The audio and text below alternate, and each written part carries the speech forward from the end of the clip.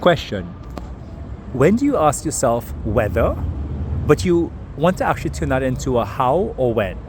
For example, if you're thinking whether I should post this post I'm doing now or not, I should turn that into actually a how can I make this post, one that I want to do now?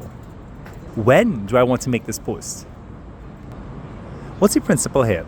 The principle here is that it's natural to think, do I do X or not? Do I say something or not? Do I go to the gym or not? Do I exercise it or not? And instead, you could just turn that into a much easier but more impactful question. When am I going to go to the gym? How? Will I go for 5 minutes? Do I have to go to the gym, or could I actually just exercise outside? So prompt yourself to think, when should you turn a whether question, whether X, into a how X or a when X? Here's a great example.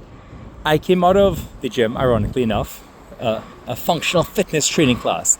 I'm like, oh, do I go back home now or do I walk around? And I was like, wait, Joseph, forget that. Let's just walk around, unicycle around. And the question is not whether, the question is how and when. So I said, just at 5 minutes and just do that. Like, you also have 5 minutes, right? And then how? Well, just go and do it in a way that's kind of relaxing, right? Just like look out for something. I could have also said, go in a way that gets me food. But the key thing is I kind of redirected my ordinary action A, whether to wheel around or not, into a extraordinary action B. How am I going to wheel around? What will I think about? What am I trying to do while I'm doing it? And when? For 5 minutes.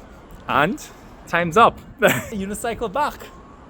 So what do you take away from this? How do you tell someone else what you learned from this? And what's your next step? What could you do differently after this? What's a question today, or a question you had last week, that you treat as a whether, but you could have just turned into a when or a how?